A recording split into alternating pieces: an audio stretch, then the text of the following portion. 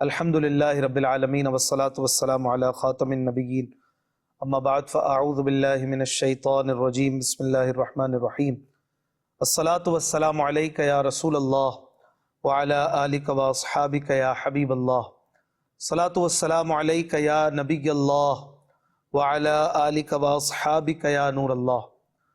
اللہ کے آخری نبی صلی اللہ علیہ وآلہ وسلم کا فرمان عالی شان ہے، تم مجھ پر درود پڑھو اللہ تم پر رحمت بھیجے گا۔ صلو علی الحبیب صلی اللہ علی محمد صلی اللہ علیہ وآلہ وسلم۔ مدنی چینل کے ناظرین، پروگرام دیکھ رہے ہیں قرآن پاک ترجمہ و تفسیر کے ساتھ۔ الحمدللہ سورہ اعراف 8واں پارہ آیت نمبر 72 تک ہم نے سن لیا ہے۔ قرآن پاک کا ترجمہ، آیات مبارکہ، پھر ان کی تفسیر صراط الجنان سے، جو کہ دعوت اسلامی کے مکتبۃ المدینہ کی شائع کردہ تفسیر قرآن ہے، جو کہ مفتی قاسم عطاری صاحب دامت برکاتہم العالیہ نے لکھی ہے، اور یہ ہر گھر کی ضرورت ہے۔ قرآن پاک کی بڑی خوبصورت تفسیر، اسے ہمیں ضرور پڑھنا چاہیے۔ آیت نمبر 73 سے آئیے اپنے درس کا آغاز کرتے ہیں۔ اعوذ باللہ من الشیطان الرجیم، بسم اللہ الرحمن الرحیم۔ وَإِلَى ثَمُودَ أَخَاهُمْ صَالِحًا قَالَ يَا قَوْمِ اعْبُدُوا اللَّهَ مَا لَكُمْ مِنْ إِلَٰهٍ غَيْرُهُ قد جاءتكم بينة من ربكم هذه ناقة الله لكم آية فذروها تأكل في أرض الله ولا تمسوها بسوء فيأخذكم عذاب أليم واذكروا إذ جعلكم خلفاء من بعد عاد وبوأكم في الأرض تتخذون من سهولها قصورا وتنحتون الجبال بيوتا فاذكروا آلاء الله ولا تعثوا في الأرض مفسدين قال الملأ الذين استكبروا من قومه للذين استضعفوا لمن آمن منهم أتعلمون أن صالحا مرسل من ربه قالوا إنا بما أرسل به مؤمنون قال الذين استكبروا إنا بالذي آمنتم به كافرون فعقروا الناقة وعتوا عن أمر ربهم وقالوا يا صالح ائتنا بما تعدنا إن كنت من المرسلين فأخذتهم الرجفة فأصبحوا في دارهم جاثمين فتولى عنهم وقال يا قوم لقد أبلغتكم رسالة ربي ونصحت لكم ولكن لا تحبون الناصحين۔ آسان ترجمہ قرآن کنز العرفان۔ اور قوم ثمود کی طرف ان کے ہم قوم صالح کو بھیجا۔ صالح نے فرمایا، اے میری قوم، اللہ کی عبادت کرو، اس کے سوا تمہارا کوئی معبود نہیں۔ بے شک تمہارے پاس تمہارے رب کی طرف سے روشن نشانی آ گئی۔ تمہارے لیے نشانی کے طور پر اللہ کی یہ اونٹنی ہے، تو تم اسے چھوڑے رکھو تاکہ اللہ کی زمین میں کھائے، اور اسے برائی کے ساتھ ہاتھ نہ لگاؤ ورنہ تمہیں دردناک عذاب پکڑ لے گا۔ اور یاد کرو جب اس نے تمہیں قوم عاد کے بعد جانشین بنایا اور اس نے تمہیں زمین میں ٹھکانہ دیا، تم نرم زمین میں محلات بناتے تھے اور پہاڑوں کو تراش کر مکان بناتے تھے، تو اللہ کی نعمتیں یاد کرو اور زمین میں فساد مچاتے نہ پھرو۔ اس کی قوم کے متکبر سردار کمزور مسلمانوں سے کہنے لگے، کیا تم جانتے ہو کہ صالح اپنے رب کا رسول ہے؟ انہوں نے کہا، بے شک ہم اس پر ایمان رکھتے ہیں جس کے ساتھ انہیں بھیجا گیا ہے۔ متکبر بولے، بے شک ہم اس کا انکار کرنے والے ہیں جس پر تم ایمان لائے ہو۔ پس کافروں نے اونٹنی کی ٹانگوں کی رگوں کو کاٹ دیا اور اپنے رب کے حکم سے سرکشی کی، اور کہنے لگے، اے صالح، اگر تم رسول ہو تو ہم پر وہ عذاب لے آؤ جس کی تم ہمیں وعیدیں سناتے رہتے ہو۔ تو انہیں زلزلے نے پکڑ لیا تو وہ صبح کو اپنے گھروں میں اوندھے پڑے رہ گئے۔ تو صالح نے ان سے منہ پھیر لیا اور فرمایا، اے میری قوم، بے شک میں نے تمہیں اپنے رب کا پیغام پہنچا دیا اور میں نے تمہاری خیرخواہی کی، لیکن تم خیرخواہوں کو پسند نہیں کرتے۔ ناظرین اکرام، سمود بھی عرب کا ہی ایک قبیلہ ہے یہ لوگ سمود بن رام بن سام بن نوح علیہ الصلاۃ والسلام کی اولاد میں تھے اور حجاز اور شام کے درمیان سرزمین ہجر میں رہتے تھے۔ حضرت صالح علیہ السلام کے والد کا نام عبید بن آصف بن ماسح بن عبید بن حاضرہ بن سمود ہے۔ قوم سمود قوم عاد کے بعد ہوئی اور حضرت صالح علیہ السلام حضرت ہود علیہ السلام کے بعد آئے۔ یہاں پر جو چند آیات مبارکہ ہم نے تلاوت کی، ان کا خلاصہ یہ ہے کہ جب اللہ پاک نے حضرت صالح علیہ الصلاۃ والسلام کو ان کی قوم سمود کی طرف بھیجا تو انہوں نے اپنی قوم سے فرمایا، اے میری قوم، تم اللہ پاک کو ایک مانو، اس کے ساتھ کسی کو بھی شریک نہ ٹھہراؤ اور صرف اسی کی عبادت کرو، کیونکہ اللہ پاک کے سوا کوئی اس قابل ہی نہیں ہے کہ وہ عبادت کا مستحق ہو، اللہ پاک ہی تمہارا معبود ہے۔ حضرت صالح علیہ السلام نے قوم سمود کو اللہ پاک کی نعمتیں یاد دلا کر بہت سمجھایا کہ اے قوم، تم اس وقت کو یاد کرو جب اللہ نے تمہیں قوم عاد کے بعد ان کا جانشین بنایا، قوم عاد کو ان کے گناہوں کے سبب ہلاک کر کے تمہیں ان کی جگہ بسایا۔ اللہ پاک نے تمہیں زمین میں رہنے کو جگہ دی۔ تمہارا حال یہ ہے کہ تم گرمی کے موسم میں آرام کرنے کے لیے ہموار زمین میں محلات بناتے ہو اور سردی کے موسم میں سردی سے بچنے کے لیے پہاڑوں کو تراش کر مکانات بناتے ہو۔ تم اللہ پاک کی نعمتوں کو یاد کرو اور زمین میں کفر اور گناہ کرنے سے بچو، کہ گناہ، سرکشی اور کفر کی وجہ سے زمین میں فساد پھیلتا ہے اور رب قہار عز و جل کے عذاب آتے ہیں۔ قوم سمود کے سردار جندع بن عمر نے حضرت صالح علیہ السلام سے عرض کی، اگر آپ سچے نبی ہیں تو پہاڑ کے اس پتھر سے اس طرح کی کوئی اونٹنی نکال کر دکھائیں، اگر ہم نے یہ معجزہ دیکھ لیا تو آپ پر ایمان لے آئیں گے۔ حضرت صالح علیہ السلام نے ایمان کا وعدہ لے کر رب عز و جل سے دعا کی اور پھر سب کے سامنے وہ پتھر پھٹا اور اسی شکل و صورت کی پوری جوان اونٹنی نمودار ہوئی جیسی انہوں نے مانگی تھی، اور اس اونٹنی نے پہاڑ سے باہر آتے ہی ایک بچہ جو تھا وہ جنا۔ یہ معجزہ دیکھ کر جندہ تو اپنے خاص لوگوں کے ساتھ ایمان لے آئے، جبکہ باقی لوگ اپنے وعدے سے پھر گئے اور کفر پر قائم رہے۔ حضرت صالح علیہ السلام کی قوم کے متکبر سردار کمزور مسلمانوں سے کہنے لگے، کیا تم یہ عقیدہ رکھتے ہو کہ حضرت صالح اپنے رب کے رسول ہیں؟ انہوں نے کہا، بے شک ہمارا تو یہی عقیدہ ہے اور ہم انہی کی تعلیمات کو صحیح سمجھتے ہیں، حق سمجھتے ہیں۔ سرداروں نے کہا کہ جس بات پر تم ایمان لائے ہم تو اس بات کو نہیں مانتے۔ حضرت صالح علیہ السلام نے اس معجزے والی اونٹنی کے بارے میں مزید یہ بھی فرمایا تھا کہ اب تم اس اونٹنی کو تنگ نہیں کرنا، اسے اس کے حال پہ چھوڑ دو، اللہ کی زمین میں سے کھائے پیے اور کسی بھی برائی کی نیت سے اسے ہاتھ نہ لگانا، نہ مارنا، نہ اسے قتل کرنا۔ اگر تم نے ایسا کیا تو پھر نتیجہ بہت برا ہوگا اور تمہیں دردناک عذاب پکڑ لے گا۔ قوم سمود میں ایک صدوق نامی عورت تھی جو بڑی حسین و جمیل اور مالدار تھی، اس کی بیٹیاں بھی خوبصورت تھیں۔ حضرت صالح علیہ السلام کی اونٹنی سے اس کے جانوروں کو دشواری ہوتی تھی، اس لیے مصدع ابن دہر اور قیدار کو بلا کر اس نے کہا کہ اگر تم اونٹنی کو ذبح کر دو تو میری جس بیٹی سے چاہو شادی کر لو۔ یہ دونوں اب اونٹنی کی تلاش میں نکلے اور ایک جگہ پا کر دونوں نے اسے ذبح کر دیا، مگر قیدار نے ذبح کیا اور مصدع نے ذبح کرنے پر مدد کی۔ حضرت صالح علیہ السلام سے سرکشی کرتے ہوئے مزید پھر یہ کہنے لگے کہ اے صالح، اگر تم رسول ہو تو پھر وہ عذاب لے آؤ جس کی تم ہمیں باتیں سناتے تھے اور ڈراتے تھے جس سے۔ انہوں نے بدھ کے دن اونٹنی کی ٹانگیں کاٹی تھیں اور اسے ذبح کیا تھا۔ حضرت صالح علیہ السلام نے ان سے فرمایا کہ تم 3 دن کے بعد ہلاک ہو جاؤ گے، پہلے دن تمہارے چہرے پیلے پڑیں گے، دوسرے دن لال ہو جائیں گے اور تیسرے دن کالے پڑ جائیں گے۔ چنانچہ ایسا ہی ہوا اور وہ لوگ اتوار کے دن دوپہر کے وقت اولاً ہولناک آواز کے عذاب میں گرفتار ہوئے، اور وہ آواز ایسی تھی کہ ان کے جگر پھٹ گئے اور وہ ہلاک ہو گئے۔ پھر ایک سخت زلزلہ آیا اور ان کی ہلاکت سے پہلے ہی حضرت صالح علیہ السلام مومنوں کے ساتھ اس بستی سے نکل کر جنگل میں کہیں چلے گئے تھے۔ پھر ان کی ہلاکت کے بعد وہاں سے مکہ معظمہ روانہ ہوئے۔ روانگی کے وقت ان کی لاشوں پر گزرے تو ان کی لاشوں سے خطاب کر کے بولے، اے میری قوم، بے شک میں نے تمہیں اپنے رب کا پیغام پہنچا دیا اور میں نے تمہاری خیرخواہی کی تھی، لیکن تم خیرخواہوں کو پسند نہیں کرتے ہو۔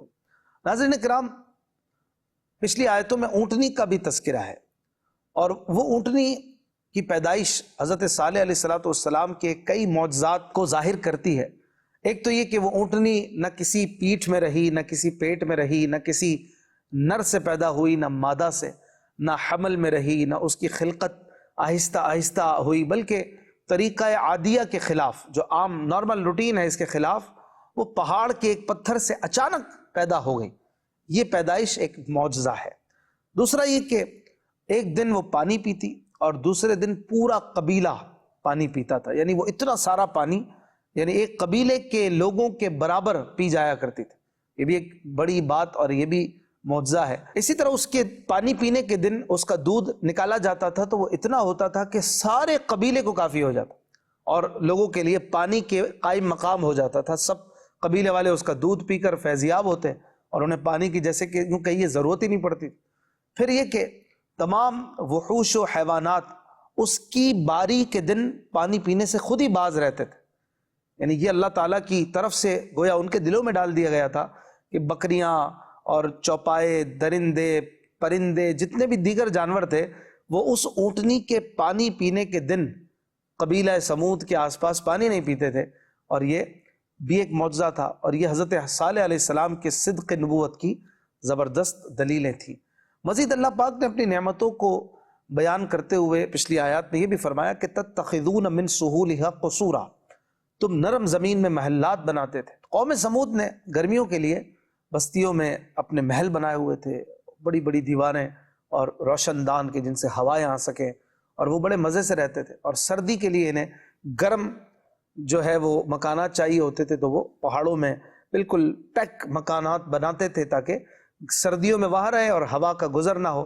اور اس طریقے سے اللہ تبارک و تعالیٰ کی ان پر نعمت تھی، ان کو ایسی ذہانت اور ایسی ٹیکنیکس اللہ نے دیں کہ جس کی وجہ سے وہ ٹھنڈے اور گرم الگ الگ جگہوں پر مکانات بناتے تھے۔ لیکن اس اللہ پاک کو ماننے اور اس کی عبادت کرنے سے وہ لوگ باز رہے، اس سے جو ہے وہ پیچھے رہے۔ اللہ کے نبی کے انکار پر اللہ پاک کا عذاب ان پر آ گیا۔ اللہ ہمیں محفوظ فرمائے۔ اگلی آیت میں اللہ پاک ارشاد فرماتا ہے وَلُوطًا اِذْ قَالَ لِقَوْمِهِ أَتَأْتُونَ الْفَاحِشَةَ مَا سَبَقَكُم بِهَا مِنْ أَحَدٍ مِّنَ الْعَالَمِينَ۔ آسان ترجمہ قرآن کنز العرفان۔ اور ہم نے لوط کو بھیجا جب اس نے اپنی قوم سے کہا کیا تم وہ بے حیائی کرتے ہو جو تم سے پہلے جہان میں کسی نے نہیں کی۔ حضرت لوط علیہ السلام یہ حضرت ابراہیم علیہ السلام کے بھتیجے ہیں۔ جب آپ کے چچا حضرت ابراہیم علیہ السلام نے شام کی طرف ہجرت کی تو حضرت ابراہیم علیہ السلام نے سرزمین فلسطین میں قیام فرمایا، اور حضرت لوط علیہ السلام اردن تشریف لے گئے۔ اللہ پاک نے آپ کو اہل سدوم کی طرف بھیجا تھا۔ آپ ان لوگوں کو دین اسلام کی طرف دعوت دیتے تھے اور برے کام سے روکتے تھے۔ قوم لوط کی سب سے بڑی خباثت لواطت یعنی لڑکوں سے برے کام کرنا تھا۔ اس پر حضرت لوط علیہ السلام نے اپنی قوم سے فرمایا کہ کیا تم ایسی بے حیائی کا ارتکاب کرتے ہو جو سارے جہان میں تم سے پہلے کسی نے نہیں کی۔ تم عورتوں کو چھوڑ کر دیگر جگہوں پر اپنی خواہش پوری کرتے ہو، یقیناً تم حد سے گزر چکے ہو۔ اگلی آیت میں اللہ پاک ارشاد فرماتا ہے انکم لتأتون الرجال شہوة من دون النساء بل انتم قوم مسرفون۔ آسان ترجمہ قرآن کنز العرفان۔ بے شک تم عورتوں کو چھوڑ کر مردوں کے پاس شہوت سے جاتے ہو، بلکہ تم لوگ حد سے گزرے ہوئے ہو۔ وما كان جواب قومه الا ان قالوا اخرجوهم من قريتكم انہم اناس یتطہرون۔ آسان ترجمہ قرآن کنز العرفان۔ اور ان کی قوم کا اس کے سوا کوئی جواب نہ تھا کہ انہوں نے کہا ان کو اپنی بستی سے نکال دو، یہ لوگ بڑے پاک بنتے پھرتے ہیں۔ ناظرین کرام، حضرت لوط علیہ السلام کے اپنی قوم کو سمجھانے پر اور انہیں پاک بازی کا درس دینے پر ان کی قوم نے آپ کو بستی سے نکالنے کے طعنے دیے اور کہا کہ ہم تو آپ کو اپنے آپ سے دور کر دیں گے اور آپ بڑے پاک بنتے ہیں، آپ جائیے کہیں اور رہیے، ہمارے ساتھ مت رہیے۔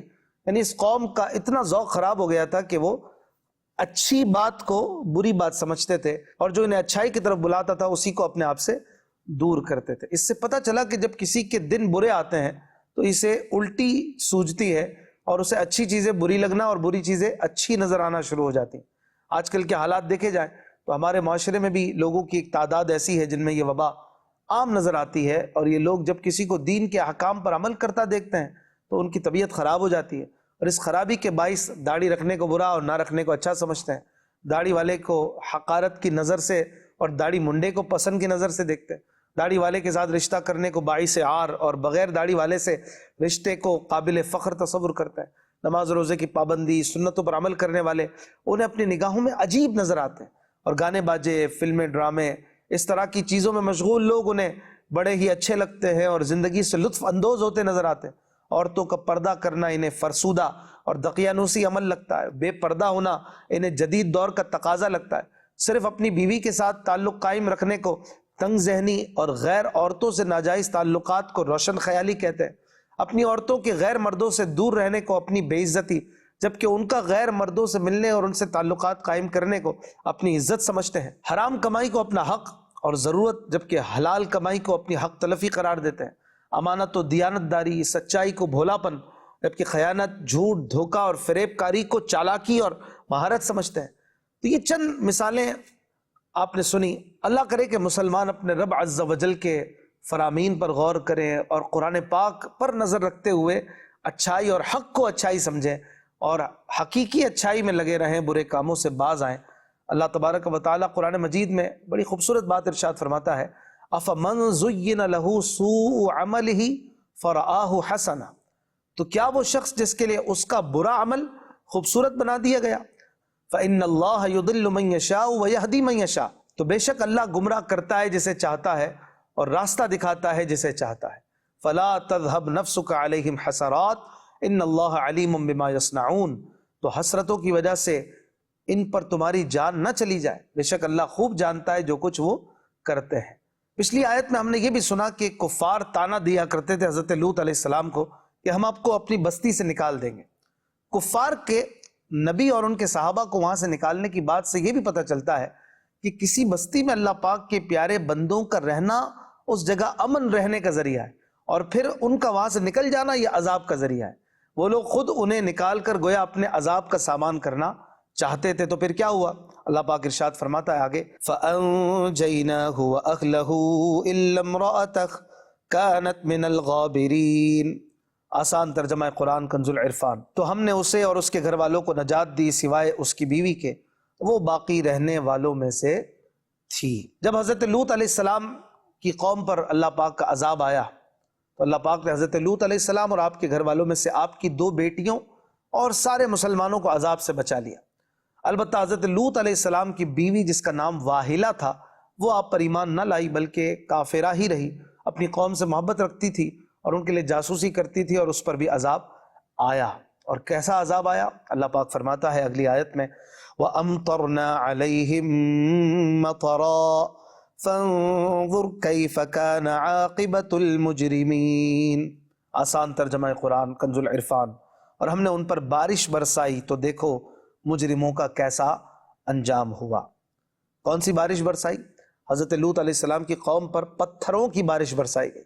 اللہ تبارک و تعالیٰ نے آسمان سے خوفناک پتھروں کی بارش برسائی جو گندک اور آگ سے بنے ہوئے تھے۔ ایک قول یہ ہے کہ بستی میں رہنے والے جو وہاں مقیم تھے وہ زمین میں دھسا دیے گئے، اور جو سفر میں تھے اس قوم کے لوگوں میں سے ان پر یہ پتھروں کی بارش ہوئی اور انہیں ہلاک کیا گیا۔ اس آیت سے 2 باتیں پتہ چلی۔ نمبر 1 کہ بدکاری تمام جرموں سے بڑا جرم ہے، کہ اس جرم کی وجہ سے قوم لوط پر ایسا عذاب آیا جو دوسری عذاب پانے والی قوموں میں سے کسی پر بھی نہیں آیا۔ تو یہ بہت بڑا جرم ہے۔ اللہ پاک ہمیں برے کاموں سے بچائے اور گندے کاموں سے بچائے۔ اور مزید یہ بھی پتہ چلا کہ مجرموں کے تاریخی حالات پڑھنا، ان میں غور کرنا، یہ بھی عبادت ہے تاکہ اپنے دل میں گناہوں سے نفرت پیدا ہو۔ اسی طرح اللہ پاک کی پیاری قوموں کے حالات میں غور کرنا یہ اللہ پاک کو پسند ہے، اور اس سے اطاعت کا جذبہ بھی پیدا ہوتا ہے۔ اللہ پاک ہمیں قرآن سمجھنے، اس پر عمل کرنے کی توفیق عطا فرمائے۔ زندگی رہی تو انشاءاللہ آیت نمبر 85 سے اگلے درس کا آغاز کریں گے۔ اپنا خیال رکھیے گا۔ صلو علی الحبیب صلی اللہ علی محمد صلی اللہ علیہ وآلہ وسلم۔